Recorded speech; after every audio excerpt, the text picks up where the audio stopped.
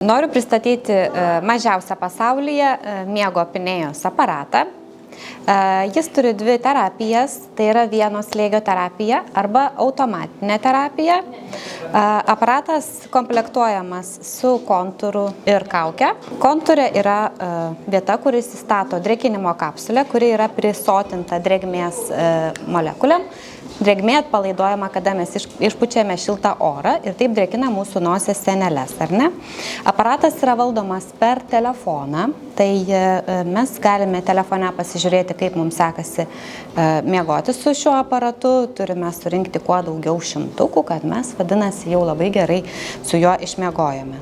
Taip pat aparate galima pasikeisti filtrus ir reikia pasikeisti dėl to, kad jie surenka aplinkos dulkes, ar ne, atidarome dangtelį ir čia įsistato filtras, kurį reikėtų keisti panašiai kas 3 mėnesius, bet pasižiūrime dažniau.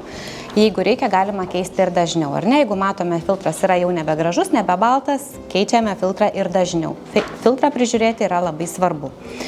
Kontūras išsitraukia paspaudus iš 2 pusių ir ištraukiame, ar ne, kada mes kažkur jau ruošiamės keliauti, norime susipakuoti, būtinai ištraukiame.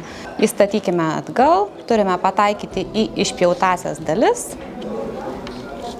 ir įstatome spustelėje.